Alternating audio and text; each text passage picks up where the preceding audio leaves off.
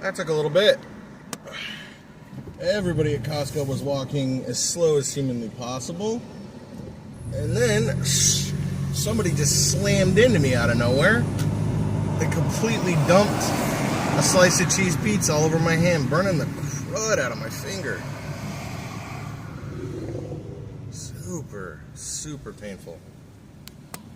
But high-end awesomeness to Costco up in Kirkland. I'm saying this is Kirkland. I went up and said, hey, somebody slammed into me and my pizza dropped, and they just hooked me up with another slice. So that's awesome. I'm excited. Ow. They got a new calzone too. It's like this big. It's pretty decent. It's a combo. Wait, where's my camera? There it is. It's about like, not that big. It's pretty good size. About $7 where I am. You know, home of Costco. So it most definitely is what it is.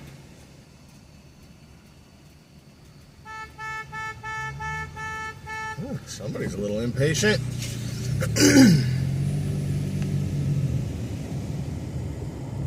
Now this is cool. Let's see if I can pop my phone off and show you guys. This is like the deepest hole I've ever seen for construction. It's insane. Get over next to it.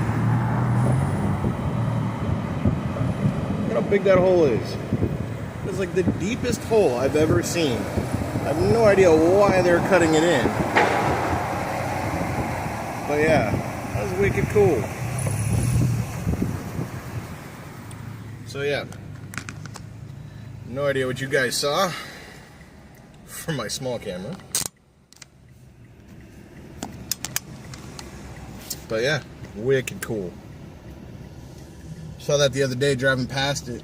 I don't usually get on the freeway on this on-ramp, but very cool. So yeah, what's going on, everybody? Friday commute. Sorry I was a little late, but we're in. We're going. Everything looks pretty good. My index finger is all sorts of messed up right now from that burn. Easily second degree. It's nice and red. It hurts like a lot. Trying to make sure my camera's somewhat level so you guys don't get vertigo. I don't know. I got a bad reflection on it too. Wish I could put like a polarizing lens on my camera. That'd be cool. But it's just a cell phone, so what are you gonna do?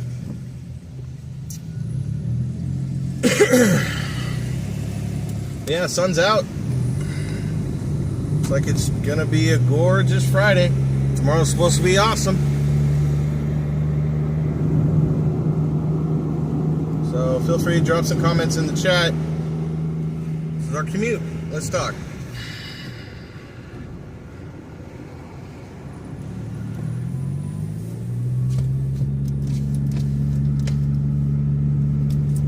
If not, sit back, relax, enjoy the view. We'll drive the freeway. Apparently there is supposed to be a wildfire on our commute tonight, so don't go anywhere. I don't know how long it's going to take us to get there, but supposedly traffic is kind of backed up around it, so we might get to see some flames tonight. So stick around, enjoy the ride, let's see what happens. Come out to the coast, we'll have a few laughs. I mean, we're 3 hours from the coast, but hey, what are you going to do?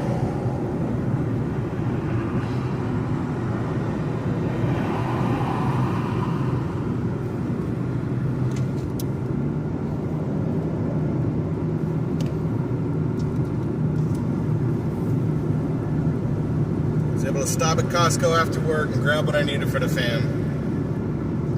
So when you go to Costco, if you go to Costco, two questions. One, what is your absolute must get? Like every time you go, you gotta buy it. It can be anywhere in the store, including the food court. What's the one thing you absolutely have to buy? And number two, how long does it take you to find parking? Because my Lord. Like, seriously, every Costco I go to, unless you're like parked and waiting for someone who just got to their car to unload a Costco-sized cart, which is never fun because you're waiting forever. But you gotta park in the boonies if you don't want to do that. And that is annoying. Wow, look at that sky. It's gorgeous, isn't it? Tilt up a little bit here. You don't need to see me that much. Here, I'll slouch down myself. I'll get like really comfortable. Now look at that sky. Woo! Look at all the greenery. We're on a major freeway, like major. There's two main thoroughfares through the Seattle area.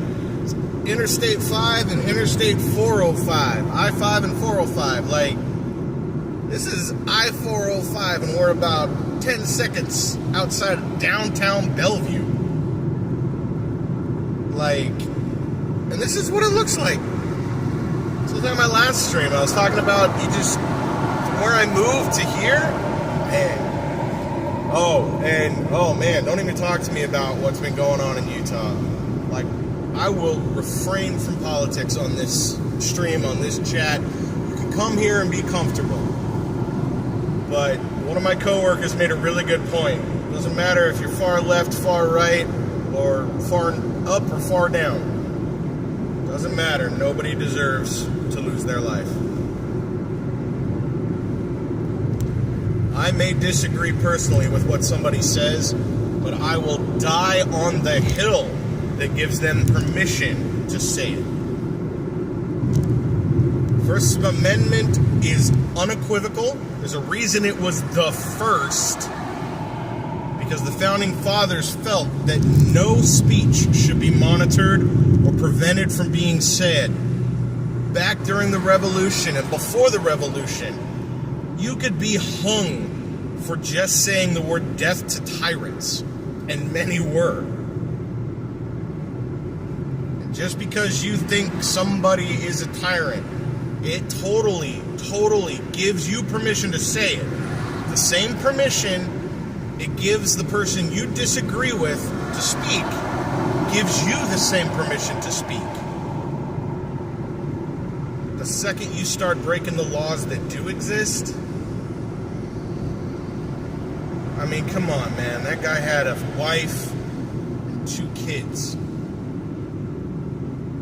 At the end of the day, there's a widow and a couple of kids who'll never see their dad again. No matter what you believe, you gotta believe in that. And my Lord, I've seen comments, he brought it on himself for spewing such rhetoric. Dude, no. That's like rape culture. That's like you're asking for it because you wore those clothes.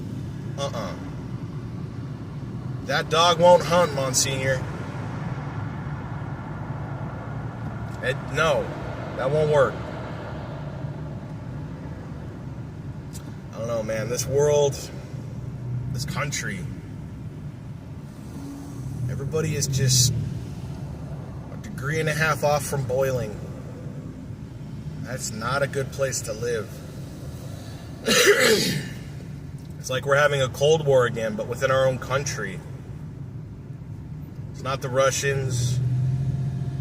It's not other countries, other nationalities. Hell, look around the world. You used to hear all about terrorist attacks, about U.S. embassies and U.S. students and U.S. this and U.S. that, and internationally. Either our government out of nowhere just flipped a switch and is preventing everything, and I honestly don't know which one it is, or even the terrorists are sitting back and going, they're going to destroy themselves. They don't need my help.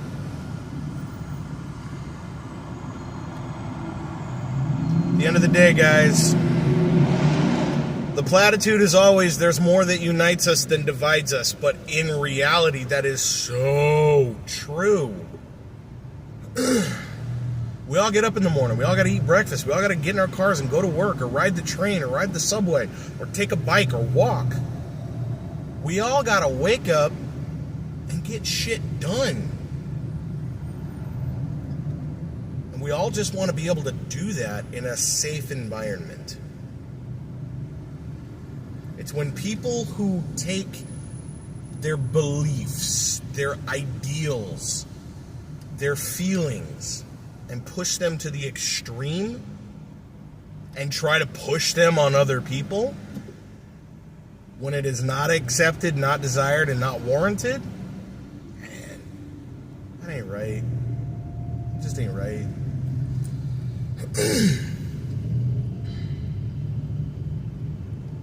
I don't know. Again, I'm not waxing political on one side of the spectrum or the other, but I think we can all, doesn't matter what you believe, get on board with the fact that no one deserves to be shot for saying something.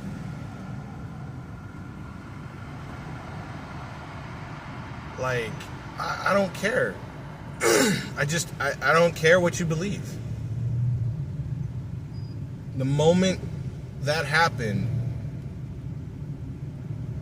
that person pushed their beliefs onto that political commentator. And that's not okay. But, c'est la vie. I used to live in Utah. I used to live close to Utah Valley University. I actually went to Utah Valley University for a while. I did many classes there.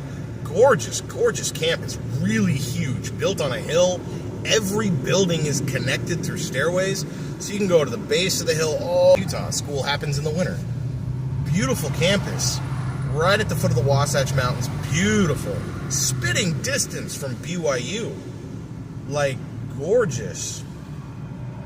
And you drive up the road about, I don't know, yeah, the other side of the freeway from there. You go like 3 minutes and you're at Utah Lake, which is huge.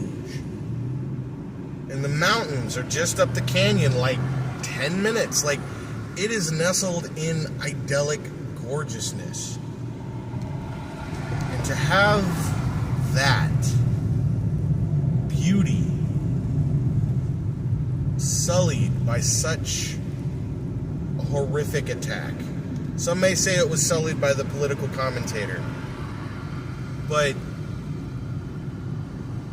it doesn't matter about what somebody says. I tell my 6-year-old all the time, actions speak louder than words. There's a new quote in the new Superman movie. It's our choices that tell people who we are. And I tell you, man, that guy made his choice. Hello, that guy nearly took out the back of that car. I don't know, man.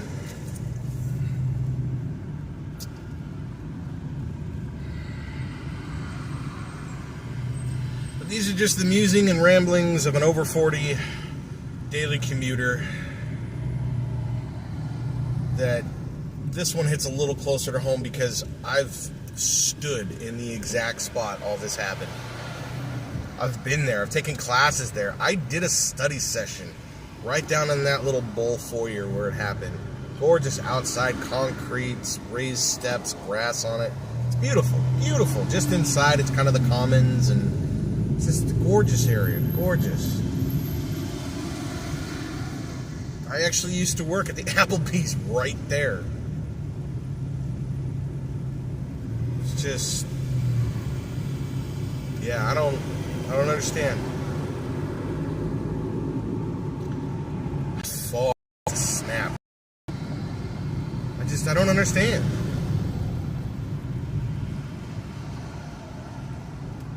But I can't let the actions of one person dictate everything in my life. On either side. So at the end of the day, we all have shit to do. We all want to do it in a safe environment. Some people have different ideas about that, and that's fine. You just can't go to war over it.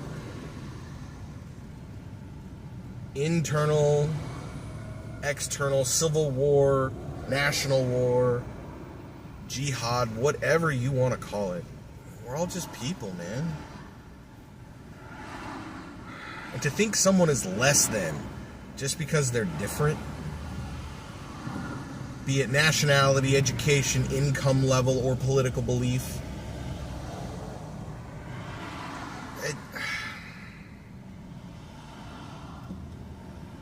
I don't get it.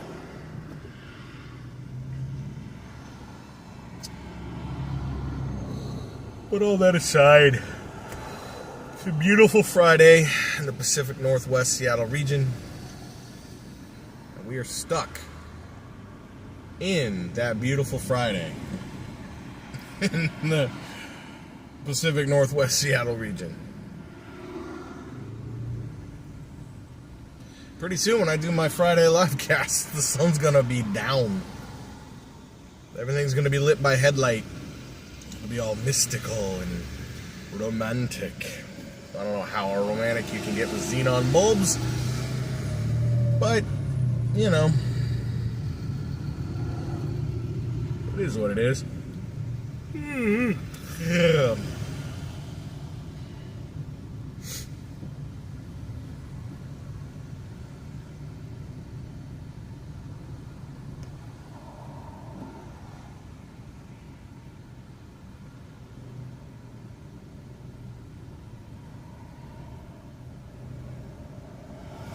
I've never actually taken a really hard look at the back of a single car light duty tow truck before. I've got a lot of levers and knobs. I have a couple extra gas cans. We got a dedicated spot for a floor jack. That's cool.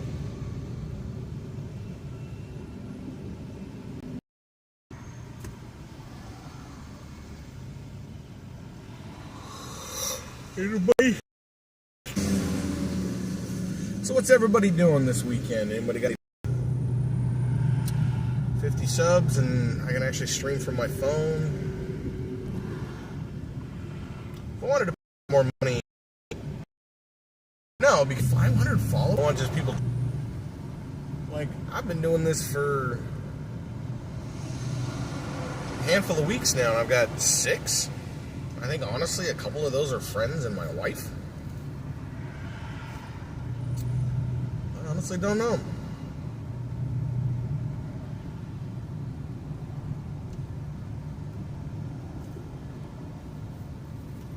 Plus, I'm using Streamlab, so I can output to multiple destinations simultaneously, but I gotta pay extra for that too, which is fine. Man, I'll tell you though, this app, if any of the developers are listening, your app is borked, man. I have to go to YouTube, create a stream, whether it's scheduled or a live event, then set it to automatically start when I join, back out of it in YouTube. Then, ooh, nice little, whoa. Look at the jumper cables in the back. Oh, that's cool. I gotta jump in the car from back. Huh. But anyway, I gotta go to YouTube, create the stream, get out of YouTube, go to OBS, log out of all of my accounts, close the app, go back in, log back into all of my accounts, reauthorize everything. Then I can go in and join the YouTube stream that's there. Otherwise, if I don't log out, it won't connect to YouTube and it can't find my stuff. So I don't know if there's a problem with the YouTube API, or because my account, I can't do live streams, it has problems. I mean, I can do live streams, obviously, but I have to use streaming software. I can't go live on the app. So I don't know, man. OBS, or Streamlabs, check your shit. Other than that, I love this thing with the dual box and everything else, front and back cameras, and can preview chat and do special, like, monitor. There's so many options on this. It was great. But if you can't connect to your platform, small problems.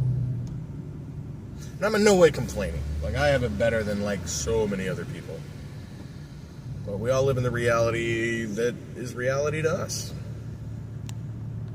That's just kind of what it is.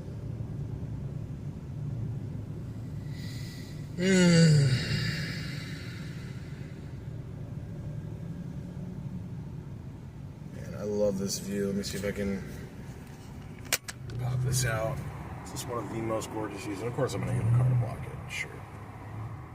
So we'll do that for a second. Wait for that car to move. Just a beautiful view.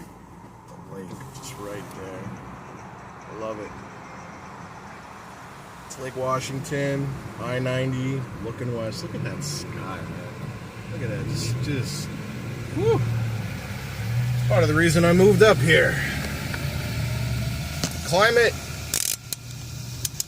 the color, and the drama. I know, the drama? What do you mean, the drama? Well, climate, obviously, it's a lot colder than where I used to live. Problem is it's starting to get hot. And there's no air conditioning up here. Like, it's not a regulation like it is in other climates that it regularly gets hot. So it's been hard. So the climate's huge. The color, are you kidding me? All this green? Man. There's so many of these trees just stay green all year. Now, it's pretty depressing when you see half of that stuff disappear due to deciduous, shedding. But then the drama. These are some of the most dramatic views. Not taking into account of mountains. Like, everybody's like, oh, it always rains in Seattle. Not true. It rains a lot. It's like, what did I hear? 150 days a year. It's what, 5 months out of the year? That's it. That means you get 7 months where it doesn't rain on average. Spread throughout whatever. And most of the time in the winter, it's really not that rainy. In a lot of places, it's just overcast. And take it from a guy who lived in Utah. When it was overcast there, it was just a sheet of white or a sheet of gray. You'd look up and the blue just looks like it changed color. That was it. Here, man, look at that. The drama of the clouds and the juxtaposition of the dark that's there on the left and to the sun on the right. Because to the east of us, I'm going south right now, so for the east of us, we've got the Cascades, so all that onshore moisture just comes in and slams into that and rips open and gives us all the water. And to the west of us, or on the right of your screen, that's towards the ocean, the peninsula. Puget Sound is not like 8 miles from here, give or take, due west. Then you gotta go quite a bit longer to get out over the peninsula to actually get to the Pacific Ocean. Like, a family and I, it's like a 3.5 hour drive from our house, just because there's really no direct path. There is, you just got to go south through Olympia to do it. But it's just gorgeous, dramatic views. And do I miss the mountains? Sure. Ooh, interesting fact for people who don't live here.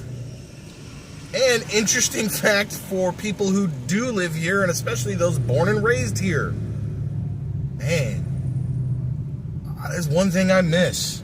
Lightning. Thunderstorms. People in the Midwest, they'll know what I'm talking about. A big, good, rumbling thunderstorm coming through, and just, you feel the ionized air, and you feel the energy, and you feel all of it just, you just feel it all. But not here. We never get lightning here. Like, ever. Like, it shows up as like a weather alert when we're going to get lightning. Very interesting. Now, I'm not a climatologist or too much of a scientist to really understand why we don't. Maybe it's a humidity thing. It's just there's something about the ionosphere and the negative and positive charges between the ground and the sky in this area. You just really don't get that. Maybe because it's not dry enough to really create it. Think about trying to get static shock electricity with a wet carpet. Maybe that's what it is. You can't just transfer the ions between the air and the ground, and that's what the electrical discharge is. But I don't know, man. If anybody knows, post it in the comments. Let me know. Why don't we ever get lightning up here and a good thunderstorm? And my kid is 6, and I think he heard lightning once when he was 2. I heard thunder once when he was 2. That was it. I have not heard thunder in 8 years. It's insane. well, I don't want to say it's insane. I don't want to use that term. It just boggles my mind that doesn't happen up here. Like, something that is such an integral part of most people's nature experience just doesn't happen up here. Like, globally, everybody knows what thunder sounds like. Not up here. Same can't be said for things like hurricanes or earthquakes or volcanoes or twisters and tornadoes and bomb cyclones and stuff like that. But I kind of figure between sunshine, blue sky, rain, thunder, and lightning's kind of up there. I wouldn't think it would just not be part of a region's weather profile. I don't know, I'll have to research that one. I mean, I know it doesn't happen, I just don't know why. And I understand how lightning happens, why lightning happens, I just don't know why it doesn't specifically happen up here. Anyway, I digress. What else is going on? Up here, some of the Kroger stores are closing. Closing 4 Fred Meyer stores. That's always fun. Creating some food deserts in low-income areas. They're only closing ones in low-income areas, citing theft and policies being the problem. But just last year, they tried to merge with Albertsons, which was blocked because up here in the Pacific Northwest, Fred Meyer, Kroger, which owns Fred Meyer and QFC, and then Albertsons, which is Albertsons and Safeway. I swear, I've never seen another grocery store other than those, except for like Whole Foods, Trader Joe's, and like a handful of small regional things. Like we've got Grocery Outlet Bargain Market, which I don't even think they have produce. There's one called SARS Super Saver Grocery, which has produce, but their dry goods are expensive. And it's more like an ethnic supermarket, like an H Mart, or maybe like a Mexican, kind of like a Mexican store or something like that. I don't know. It's one of those, it's got stuff from around the world, which is awesome. So anytime I go in there, I bring my Google Translator, because I find some pretty cool stuff for super cheap. But there's, we have Targets around here. We have a couple, but none of them are super Targets. If you know, you know. Here, they've got little food sections, but none of it's fresh produce. There's a handful of Walmarts out here, but again, no produce. There are a couple Walmart supercenters, but none of them are within like 20 miles of Seattle. Like, they all got major cities didn't want them moving in and everything else, so they blocked their expansion. Or cities did, and the voters said no, so they blocked the expansion. But now, like, by me, I'm right now like spitting distance from a Fred Meyer, and there's a lot of elderly people in like retirement communities and stuff really close to this Fred Meyer. Now I have no idea where they're going to go for groceries. I truly don't. Like myself, it's about 8 or 10 miles to drive, and I think it's anything longer than, my wife said a mile, but that doesn't sound right. It's like anything more than 5 miles, you can't get fresh produce, and it's just like convenience store level stuff. Then you technically live in a food desert. And these specific stores that are closing create 4 distinct food deserts. That's bad. But to my original point, Kroger said that they're citing theft and governmental policies. But they were going to merge with Albertsons Safeway, become the monopoly up here, which is why it was blocked, and they would have had no problem. And I'll be honest, though, if I see a Fred Meyer, there's a Safeway usually across the street or around the corner, except at these locations that they're closing. Like the one they're closing by me, I think the nearest Safeway is about 3 miles. So it's not a, food desert for some, but other people, it's literally like this Fred Meyer was dead center of a bunch of others, and now you remove that, and if you live close to that Fred Meyer, you're sixes from driving to 3 other locations because you're dead center as far away from all 3 of them as you can get. Which is great marketing and great planning for putting the store there to begin with, but to close it? No. And yeah, there's been a lot of theft. I did a little stint for a few months working at a Fred Meyer, and man, the theft. But there's a huge corporate policy too about just don't touch. That's loss prevention's problem. That's security's problem. Well, none of these stores have loss prevention or security. If they do, they're just there to look tough.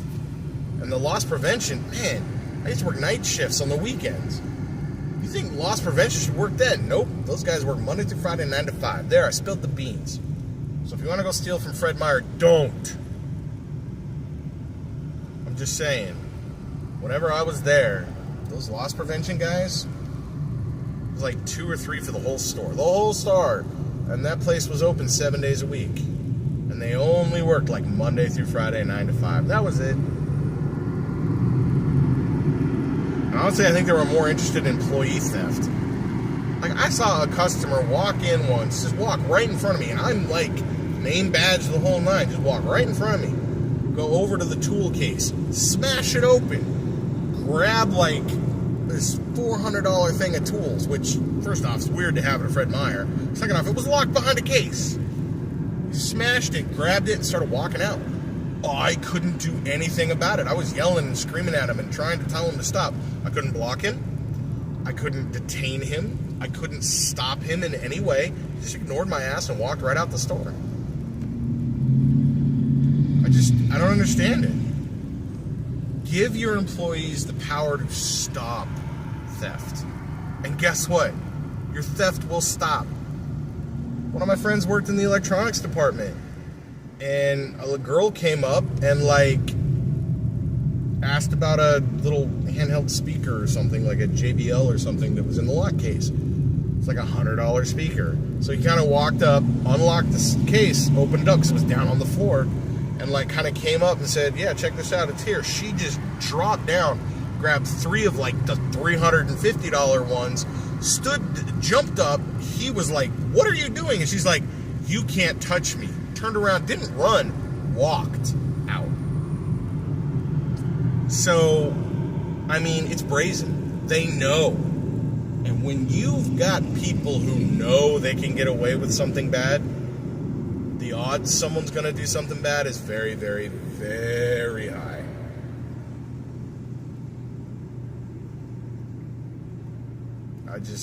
Yeah. I don't know. Weird ramblings of a guy. So yeah, I gotta find a new grocery store. It sucks too, because I was getting my prescriptions from there. I'm not on a lot of stuff, but I've got a blood pressure medication. That's it. So now I gotta go back to a different store to get my prescriptions, because I used to get them there. It's just annoying. Change is inevitable, but anyway. They're getting closer. The road looks like it's getting paved over there. This big genie booms out, and huge bridge over there. They're splitting the freeway. This whole side is going to be northbound. The other side is going to be southbound. In between the two are going to be carpool on and off ramps. Tens of millions of dollars and years, all to get one extra carpool lane on each side.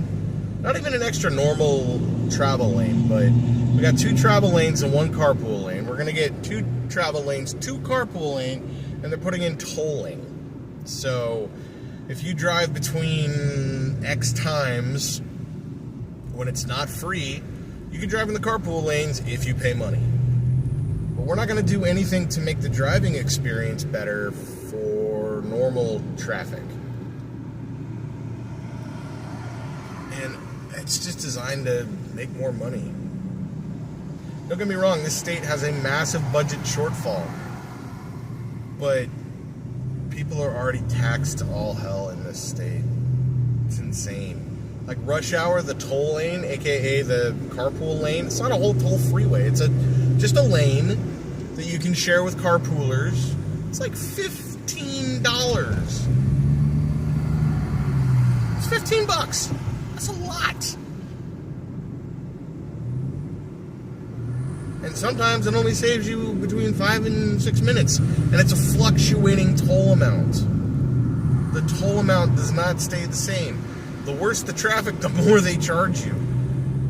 I've seen carpool lanes only get you there 2 or 3 minutes faster, and they'll charge you $15. I just don't understand the logic behind that. You want people to use it, make it cheaper.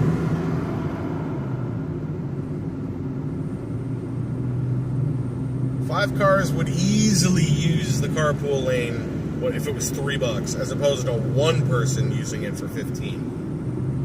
Because most of the people who live south, where all this is being constructed, man, they live in low-income areas and then drive to the higher-income areas to work. So just kind of another tax on the poor.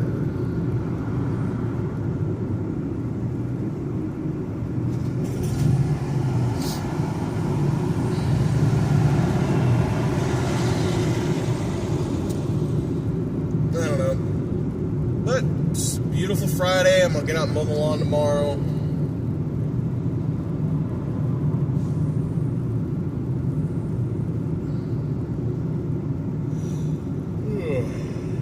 We'll see what happens.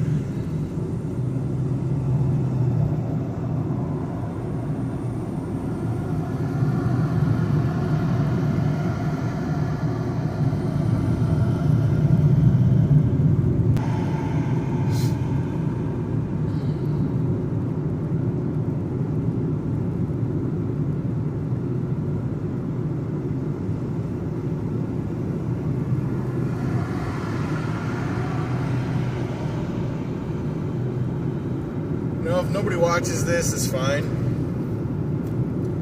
Part of me just wants to do this so there's some sort of a digital record, so my kid knows where I am or where I was, where he was growing up. I work 410s. I live 24 miles from work. Almost all of it freeway. Like literally, my work's right off the freeway, and I live within a mile of an on-ramp.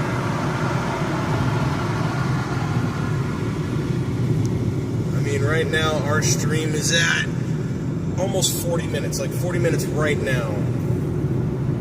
And I'm just now getting to transfer from the interstate to a state route to keep going south. This whole trip, portal to portal, I have made with no traffic, and don't get me wrong, I'm expecting traffic. I've made it with zero traffic, portal to portal. The time I sit in my car to the time I get out of my car, 39 minutes. Longest it's ever taken me, 2.5 hours. And there weren't any, like, crashes or anything either. It was back last November during the bomb cyclone when power was out to 3/4 of the metro area. Like, I lost all my food. Like, we had just gone shopping, and I think it was Tuesday night, the bomb cyclone hit, which took out power transmission lines in the mountains, really remote, destroying power for most people. Our power didn't get turned back on until Saturday. Everything in our chest freezer was gone. Everything in our fridge and indoor freezer was gone. It just... yeah, that was rough. And it would take me forever to get home. And it was right in the middle of a huge event at work, too. So, I just feel bad for people. But that was the commute. So, I'm trying to do this for my kid. So that, you know, when he's 10 years from now, he looks back and goes, Dad, you were never around when I was growing up. I can show him where I was. I was on the road.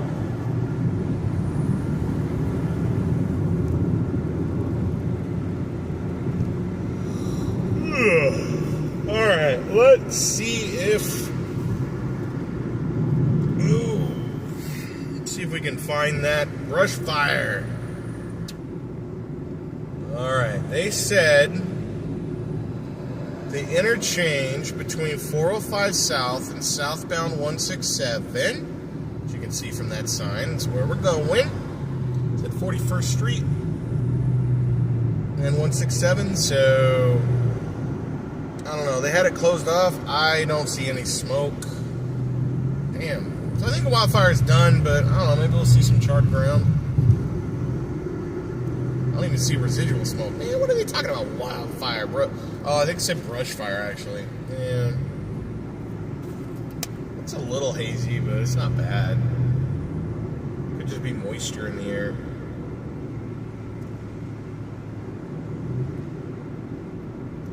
Well, we'll see. Apparently this interchange was super, super busy earlier because of the issue and blocked traffic.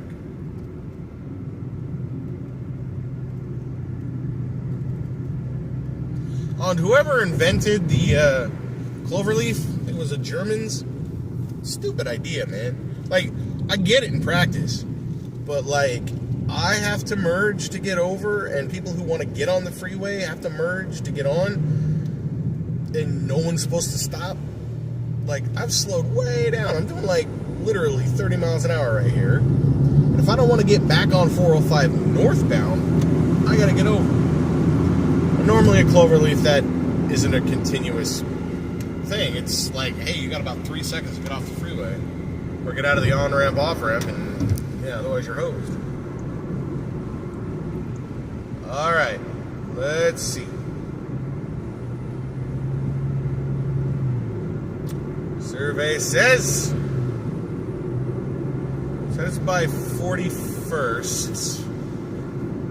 That's an exit only ramp for 43rd, and we're headed south, so it'll be before that, but we're probably not there yet. Yeah, I don't see smoke. I don't smell anything either. This is a very wooded area too, so if something were to go up. This is also like the bottom of the Auburn Valley. So this is the Green River Valley riverbed, so it's really low water table. There's a reason people have been farming this valley for, 100 years.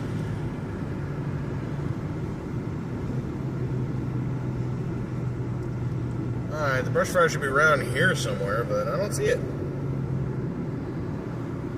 don't even see a scorch mark. No residual anything. Oh well. Sorry guys. I'm not one to voyeur, but, figured a fire would be something cool to catch on video. Not cool to have happen, nor the people who fight it put their lives in danger. The danger to life and property, I completely understand. I was a licensed wildland firefighter in the state of Utah too, so had a red card and everything. But yeah, they said 41st, and this is 43rd. So in theory, we're headed south. Maybe the number is 43rd. No, southwest. So it's 43rd. Oh, 41st southwest that way. Yeah, no, that was. Yep, this is where it was supposed to be. It was apparently backed up all the way to that cloverleaf we drove through, but I don't see it. Oh well. I guess it's a good thing it wasn't that big either. I don't even see scorch marks, so that's really a good thing. Such a beautiful area. We gotta keep it green.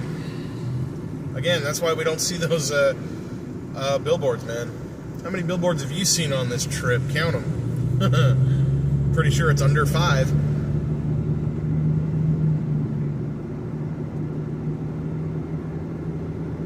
That smell of pizza in the back of the car is killing me.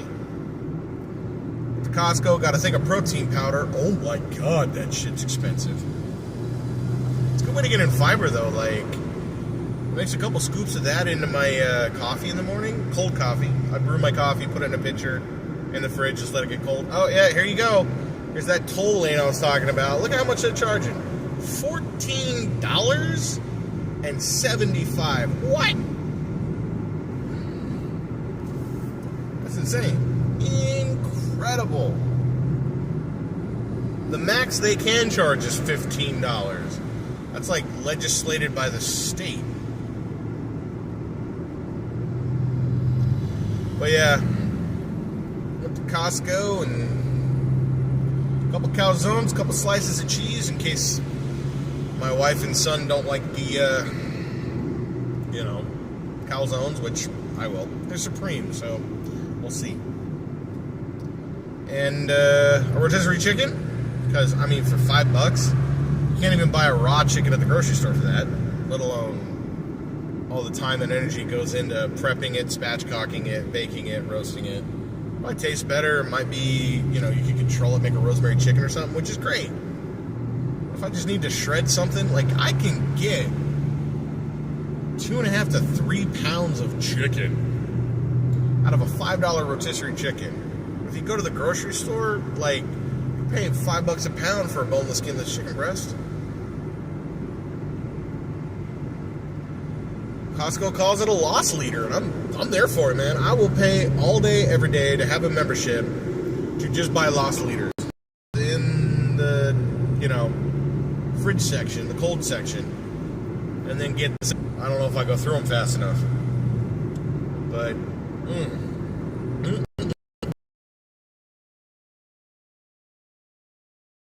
I do miss their Polish sausage, though, and I hear in other countries they have those.